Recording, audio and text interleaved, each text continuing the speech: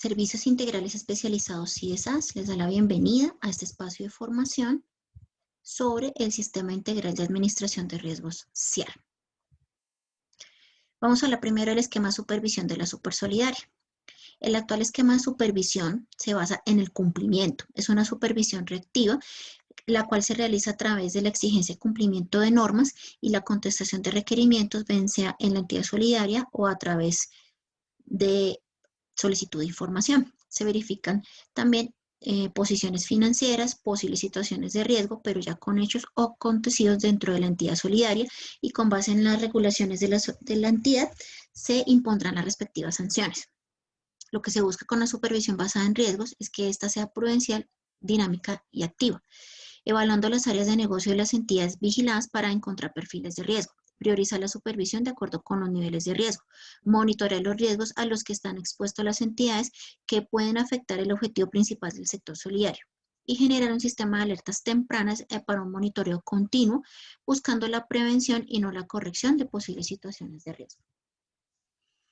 Todo el sistema integral de riesgos parte o nace de la probabilidad del impacto de un riesgo a través de un mapa de calor o un mapa de riesgo, en donde hay una escala de riesgo menor, moderado, alto y extremo, siendo el más bajo el de riesgo menor, que debe ser tratado desde el proceso mediante controles establecidos y una rutina dentro de la organización solidaria. Moderado, el riesgo evaluado como una responsabilidad de la gerencia o de un gestor de riesgos. El riesgo alto debe ser evaluado y tratado directamente por la alta gerencia directamente, y el riesgo extremo debe ser tratado directamente por la junta directiva para su acción inmediata. La estructura general organizacional en relación con el sistema integral de administración de riesgos está en cabeza del órgano permanente de administración, junta directiva o consejo. Deberá haber una administración del riesgo de base en las áreas de administración, comercial o operación que tenga el fondo de empleados de la cooperativa. Una supervisión de riesgo a través de un comité, un gestor de riesgos, una unidad de gestión de riesgos, el representante legal y el oficial de cumplimiento. Y unos procesos de auditoría internos que puede ser verificación de operaciones, auditoría interna, control interno y las funciones que hace la revisoría fiscal. El ciclo de supervisión de la Supersolidaria inicia con un análisis de riesgo.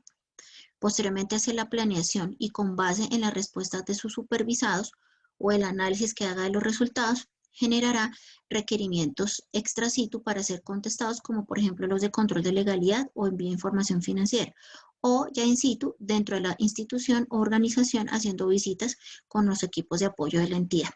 Con base en eso, tomará medidas para la adecuada supervisión, ajuste de las metodologías que ejecutan las entidades y generar planes de acciones y de mejora al interior de las organizaciones. Ahora hablemos de la gestión integral de riesgos. Siempre debemos evaluar como miembros de los órganos directivos qué tipos de riesgos tenemos, cuál es su intensidad o frecuencia y qué áreas afecta. Siempre partiendo de la base que habrá unos riesgos conocidos, unos riesgos predecibles y unos riesgos no predecibles. La gestión integral de riesgo consiste en detectar oportunamente los riesgos que pueden afectar a la entidad para generar estrategias que se anticipen a ellos y los conviertan en oportunidades de mejora, rentabilidad o crecimiento para el fondo de empleados o la cooperativa. Prevenir es mejor que lamentar. Siempre es mejor estar preparados para una situación que tratarla o asumirla cuando ya ésta se ha presentado. Retomando lo que nos han invitado el ASI de las Américas, debemos tener las lanchas de rescate, no construirlas en la tormenta, sino cuando haya sol. Es importante la cultura de la prevención. La gestión integral de riesgo en el sector solidario genera oportunidades y riesgos, contingencias, que son las dos caras de la moneda. Genera valor de la entidad solidaria, ya que tenemos que convivir siempre con el riesgo, pero esté controlado y verlo como una oportunidad de mejora. Gestionar el riesgo significa desarrollar estrategias oportunas y definir procesos de negocio efectivos y eficientes. Colombia apostó a un sistema de gestión de riesgos preventivo, lo que significa dominar el factor de riesgo y manejarlo adecuadamente en vez de corregirlo cuando ya éste se haya materializado. Recordemos algunos estándares internacionales. Estos modelos no han sido tomados o construidos en Colombia, vienen de otros países. Todo lo de buen gobierno y gobierno corporativo viene de la OCDE. Lavado de activos con todos los modelos de Basilea. el modelo COSO. Del IASB hemos tomado las normas de auditoría y de contabilidad, y el que estamos estudiando en el Sistema Integral de Administración de Riesgos, el modelo supervisión desde Basilea. Desafíos para el sector solidario. Regulación. Integración con el sector financiero. Cada día nuestras normas se acercan más hacia el sector financiero y no se toma en cuenta las diferencias que tenemos en el sector solidario. La inestabilidad jurídica con múltiples normas que se generan desde el regulador, que no son oportunas, no son claras y no tienen la suficiente análisis y el impacto hacia el sector. Y el modelo de negocio, que se sigue confundiendo con el del sector financiero. Modernización. Al interior de las entidades hay siempre una resistencia hacia la innovación tecnológica, la cultura del riesgo y a mejorar los procesos de comunicación. El modelo de negocio es el comportamiento de mis asociados o clientes, evaluar un margen de oportunidad real y propiciar la cultura de la competitividad y la mejora en el servicio. Y al interior también de las organizaciones solidarias se presentan a veces problemas de administración como gobernabilidad, incompatibilidad de funciones, cuando un ente quiere estar por encima del otro, etcétera, factores geográficos que impiden una adecuada gobernanza de las entidades y tener unas malas relaciones con las áreas de talento humano, gestión humana de las entidades que generan el vínculo de asociación. Factores de riesgo que se han identificado por el regulador en el sector solidario. Hay 5 primeros y 4 preocupantes. Los 5 primeros son sobreendeudamiento de los asociados, el riesgo de crédito relacionado con la inadecuada colocación de las operaciones, la competencia permanente con el sector financiero, una inadecuada gestión del riesgo y problemas de gobernabilidad. Y los más preocupantes, también de primer punto está el sobreendeudamiento de las personas, no respetar los criterios de capacidad de pago en el estudio de los créditos, la relación de los asociados con contrapartes que no se adecua adecuadamente generando posibles riesgos reputacionales y una deficiente o inadecuada gestión a la liquidez. El objetivo principal de la gestión de riesgos es la sostenibilidad de la entidad solidaria a través de valores que fortalezcan la economía y la estabilidad de los asociados, buscando asegurar los ahorros de los aportes permanentes y los aportes sociales y demás líneas de ahorro, con servicios o productos adecuados, adaptados y competitivos, y con un acceso a servicios y mercados con inclusión amplia en el tema económico para toda la base social. La estructura de la gestión integral del riesgo tiene cobertura, políticas, evaluación, destinatarios de los reportes. En la cobertura, todas las áreas de riesgo que nos han regulado son riesgo de crédito, riesgo de liquidez, riesgo de mercado, riesgo operativo, riesgo reputacional o SARLAF. Las políticas son estandarizaciones que vienen desde el interior de la entidad a través de la normatividad general, del supervisor de nuestro sector solidario y de la estructura del control del Estado. Como herramientas tenemos la reglamentación, procedimientos, señales de alerta, tecnología, talento humano, entre otras. Y hay diferentes reportes hacia la Superintendencia de Economía Solidaria, a la Asamblea, a la Junta Directiva, a la Gerencia, al Gestor de Riesgo y al Oficial de Cumplimiento. Es decir, que este sistema no es imposible de hacer, pero sí genera una amplia y densa carga operativa de conocimiento legal, conocimiento financiero, que muchas entidades han optado por hacerlo solitas sin tener el apoyo de un consultor o de un gestor. Lo pueden hacer, pero tienen que evaluar también que toda esa carga que está asumiendo el funcionario tendrá que verse compensada con otra persona que asuma esas funciones que antes hacía esa persona, ya que este proceso es amplio, es denso, y por eso no debe estar repartido en diferentes personas, sino debe haber una concentración y un líder de equipo para llevarlo a cabo. El proceso de gestión integral de riesgos inicia con la planeación estratégica o el horizonte estratégico que tenga la organización a través de la misión, visión, políticas de riesgo y determinación de límites. Una adecuada estructura organizacional en donde queden claramente definidos los niveles de atribuciones. Una planeación operativa con planes de trabajo correctivos, preventivos, mejoras de indicadores de resultados y procesos de capacitación. Una organización operativa con manuales y metodologías debidamente documentados, aprobados y estudiados por el órgano de administración que van a ser aplicados por ese comité de riesgos o unidad de gestión de riesgos. Valoración de riesgos de actividades de control, que es el proceso para medir, controlar, mitigar y monitorear todos los riesgos. Y una supervisión y seguimiento a través de los diferentes informes. Consideraciones generales para la implementación del riesgo. La responsabilidad del sistema integral es de la Junta Directiva del Consejo de Administración. ¿Qué debemos llevar a cabo? Generar y desarrollar una conciencia adecuada de los riesgos en los funcionarios y en los directivos. Delegar efectivamente las tareas y las competencias relevantes a los riesgos.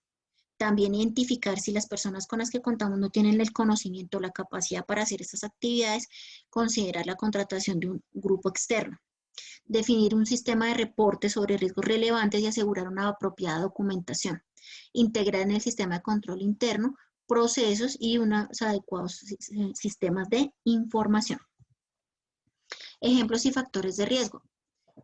El factor ausencia de procedimiento, el riesgo que se concreta en negocios no deseados. Reglamentación incompleta que se otorguen préstamos irrecuperables. Personal no capacitado genera malas decisiones, errores e incumplimientos normativos. Personal deshonesto genera irregularidades y fraudes. Ausencia o falta de control genera errores involuntarios o pérdidas dentro de la organización solidaria. Cualquier sistema de riesgo que se vaya a implementar siempre va a tener 4 etapas.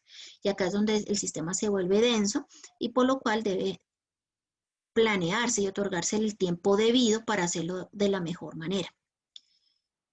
En la etapa de identificación, lo que se hace es entender las actividades y los procesos, los riesgos inherentes con base en la actividad del fondo de empleados o la cooperativa, criterios de análisis y aceptación de riesgos. ¿Qué podría ocurrir en un escenario de riesgo y qué causas la pueden generar? En la etapa de medición se asigna una valoración al riesgo inherente, posible materialización, midiendo la probabilidad, el impacto que esto puede traer en la organización. Los controles buscan minimizar ese riesgo y se determinan a través de mecanismos de control y se determina si el riesgo puede ser aceptado, mitigado o transferido.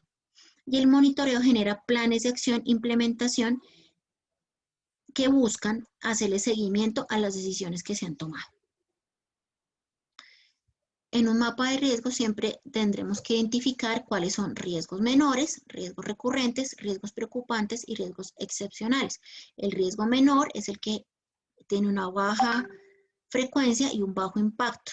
Y la otra punta es el riesgo preocupante que tiene una frecuencia alta y un posible impacto alto. Tratamiento frente a los riesgos. Evitar el riesgo a través de la eliminación de la línea de negocio. Transferir el riesgo, contratos de seguros, avales, garantías, hacer contratos de seguros, etc. Controlar el riesgo a través de medidas para la reducción de frecuencia y seguridad que se tenga dentro de la organización y hacer una constante evaluación y seguimiento. O retener el riesgo con la asunción de provisiones o deterioros dependiendo del riesgo que se esté materializando. Recordemos que el riesgo nunca se va a poder eliminar y tendremos que asumir parte del mismo. Hablemos de cada riesgo en particular. El primero es el riesgo de liquidez. El riesgo de liquidez se presenta por la posibilidad de que la entidad solidaria incurra en pérdidas excesivas por la enajenación de activos a descuentos inusuales o significativos por tener que disponer rápidamente de los recursos necesarios para cumplir de manera plena y oportuna con las obligaciones de pago pactadas o exigidas. En este momento, aspectos a tomar en cuenta con el riesgo de liquidez, debe conformarse un comité de evaluación del riesgo de liquidez y basarnos en la normatividad del decreto 704 del 2019 del Ministerio de Hacienda y la circular externa número 06 del 2019.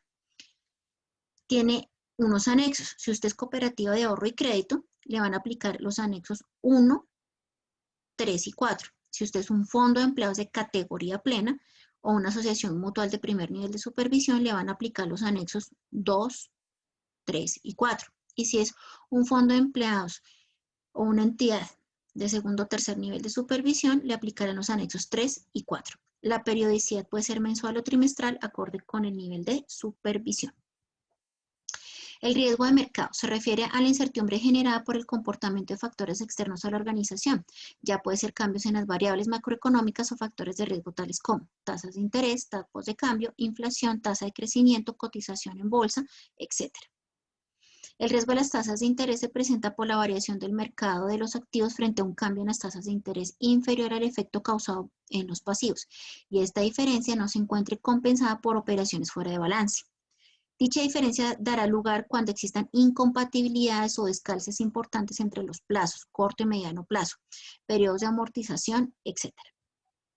Riesgo de crédito. Es la posibilidad de que una entidad incurra en pérdidas y se disminuya el valor de sus activos como consecuencia de que sus deudores o contrapartes fallen en el cumplimiento oportuno o cumplan imperfectamente los términos acordados en los contratos de crédito.